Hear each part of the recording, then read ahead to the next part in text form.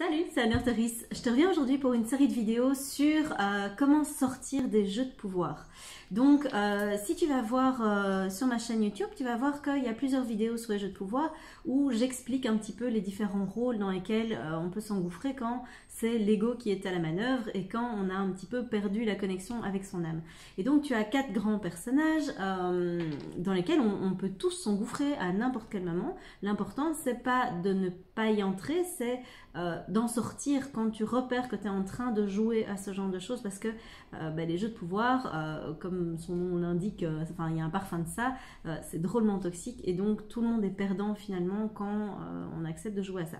Donc aujourd'hui, je vais traiter du rôle du sauveur et comme j'avais expliqué dans la vidéo du sauveur, où tu vas trouver le lien ici dans la vignette qui se trouve ici au-dessus, tu vas voir que c'est un petit peu comme si on tirait un continuum où d'un côté tu as des jeux de rôle toxiques et de l'autre côté tu as des jeux de rôle que je dirais plutôt lumineux.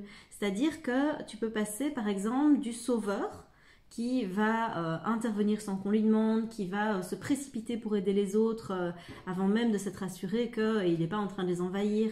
Le sauveur, c'est celui qui va attendre énormément de reconnaissance de la part des autres et qui, une fois qu'il ne l'a pas, commence à facturer aussi quelque part les services ou l'aide qu'il a donnée aux autres. Donc tu vois que ça a une teinte qui est quand même assez toxique. Quand tu imagines qu'en fait, ces rôles, c'est un petit peu comme 2 teintes de couleurs. D'un côté, tu as une teinte très sombre, on va dire, tu as du noir foncé et de l'autre côté, tu as du blanc très clair. Enfin, ça devient bizarre. Bref, tu prends 2 couleurs extrêmes. Les jeux de rôle, au niveau des jeux de pouvoir, c'est un peu la même chose en fait. Tu vas avoir d'un côté une possibilité de jouer à quelque chose de très toxique et de l'autre côté à quelque chose de très positif. Quand on prend le continuum du sauvetage des autres, l'autre côté, le côté lumineux, moi je l'appelle le soutien. Ça veut dire quoi? Ça veut dire que si tu pars du principe que tu as un continuum en face de toi et que tu t'aperçois que le curseur, il se trouve du côté toxique, tu peux prendre conscience de la localisation du curseur, quelque part en toi, et puis bouger le curseur. Concrètement, ça veut dire quoi?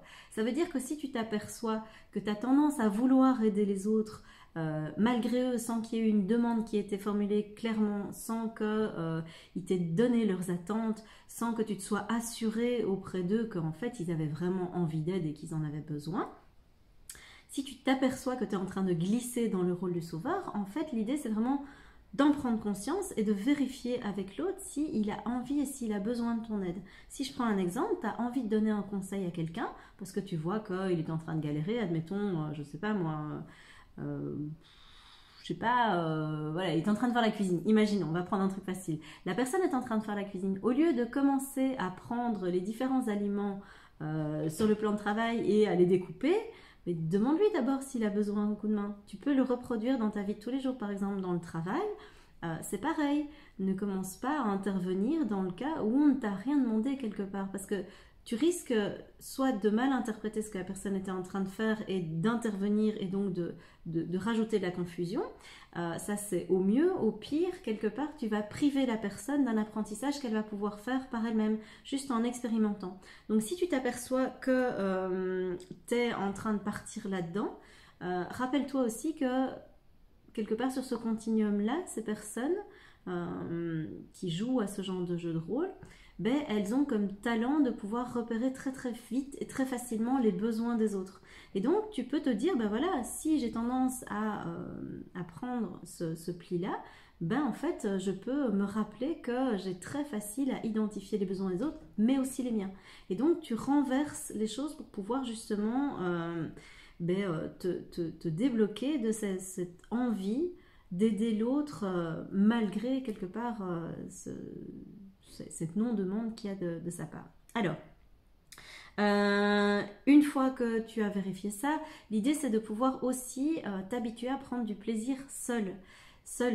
Tu n'attends pas ou ne cherche pas la présence des autres pour le faire, parce que quand on est pris dans ce genre de jeu de rôle qu'est le sauveur et qu'on veut passer au soutien, l'idée c'est vraiment de pouvoir se dire mais je vais essayer de trouver du plaisir dans des activités seules.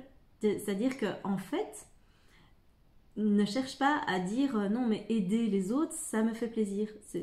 ton ego est en train de te mentir. C'est pas que ça te fait plaisir, c'est que si tu ne fais pas plaisir aux autres ou si tu ne les aides pas, à un moment tu risques de culpabiliser. C'est ça qui va venir. Et du coup, oui, peut-être que ça fait plaisir dans un premier temps, mais ça cache d'autres choses. Donc, si à un moment tu t'aperçois que tu ne sais plus trouver de plaisir autrement qu'en aidant les autres, il y a un souci.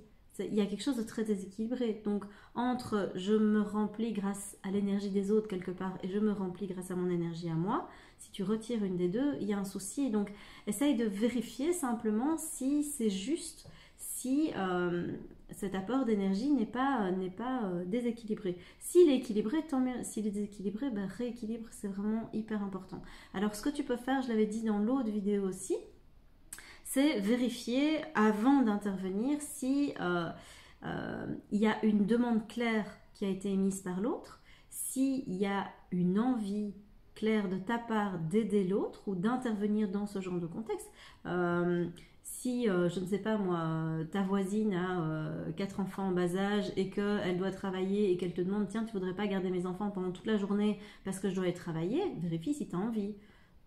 A priori, 4 enfants qui ne sont pas les tiens en bas âge, voilà, c'est pas le truc le plus fun du monde. Enfin voilà, sauf si tu adores ça, mais vérifie.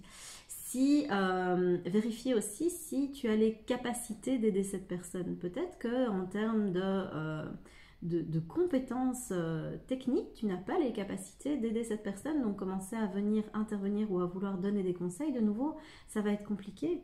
Ça va être compliqué et pour toi et pour l'autre.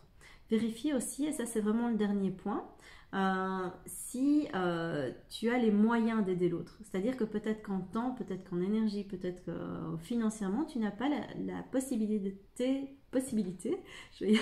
d'aider l'autre. Donc, tu vois, si tu te précipites pour sauver l'autre dans ces conditions, vous allez couler tous les deux, ça va poser problème. Donc, 4 choses. Une demande, une attente précise. Si tu as l'impression que tu as tendance à foncer et à aider les autres alors qu'ils sont juste en train de quémander quelque chose et de se plaindre, ben, clarifie la demande. Demande à l'autre si voilà, clairement il a besoin de ton aide ou qu'est-ce qu'il attend de toi quand en te racontant tout ce qu'il est en train de te raconter. Donc, clarifier la demande. Est-ce que tu as envie? Est-ce que tu as les compétences ou les capacités? Et est-ce que tu as les moyens? S'il y a un seul nom qui se balade là-dedans, n'y va pas, ça va pas bien se passer. Donc c'est vraiment important que tu puisses travailler sur ta culpabilité par rapport à tout ça. Alors si tu te trouves face à une personne qui est dans le rôle du sauveur, comment est-ce que tu peux agir? Parce que ça arrive aussi. Toi, tu es en train de tranquillement te balader dans ta vie et tu tombes sur une personne qui a tendance à sauver les autres. Donc comment est-ce qu'on réagit par rapport à ça? L'idée, c'est que quand la personne est coincée dans le rôle du sauveur, sa première tendance, ça va être de diriger son attention vers les autres. Donc, si tu vois qu'une personne a tendance à vouloir insister pour t'aider, pour te fournir des conseils, pour te fournir de l'aide, etc., et que tu sens qu'il y a un peu une énergie qui est envahissante, ce que tu peux faire, c'est déjà clairement poser tes limites, parce que souvent, on pense que nos limites qu'elles sont claires, alors qu'en fait, avec ce genre de personnes, il faut vraiment dire explicitement qu'est-ce que tu souhaites et qu'est-ce que tu ne souhaites plus.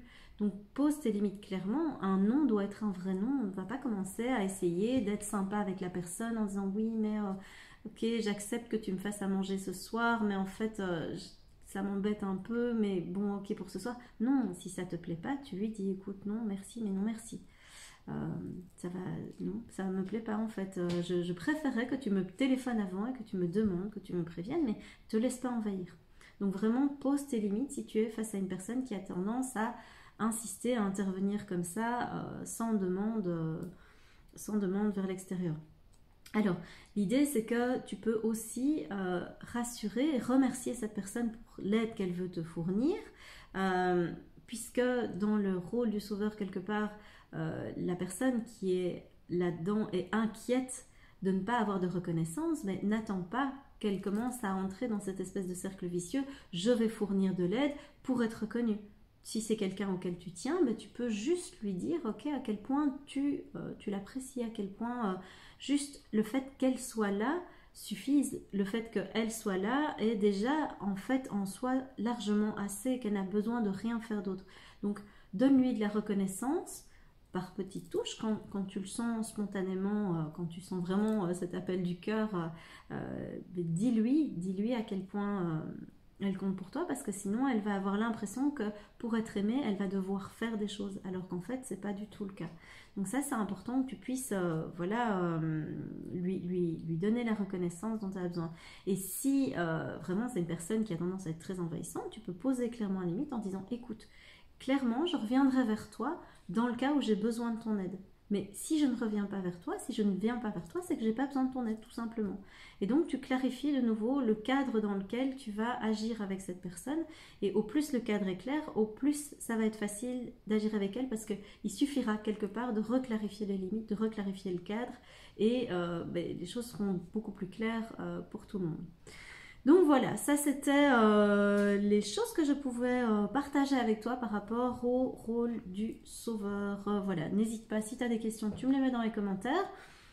Dis-moi ce que tu en penses, dis-moi si voilà, tu as eu l'occasion de tester le rôle du sauveur et de tester sa sortie en étant plutôt soutien que sauveur là-dessus. Je te laisse, je te dis à très bientôt pour une nouvelle vidéo. Ciao!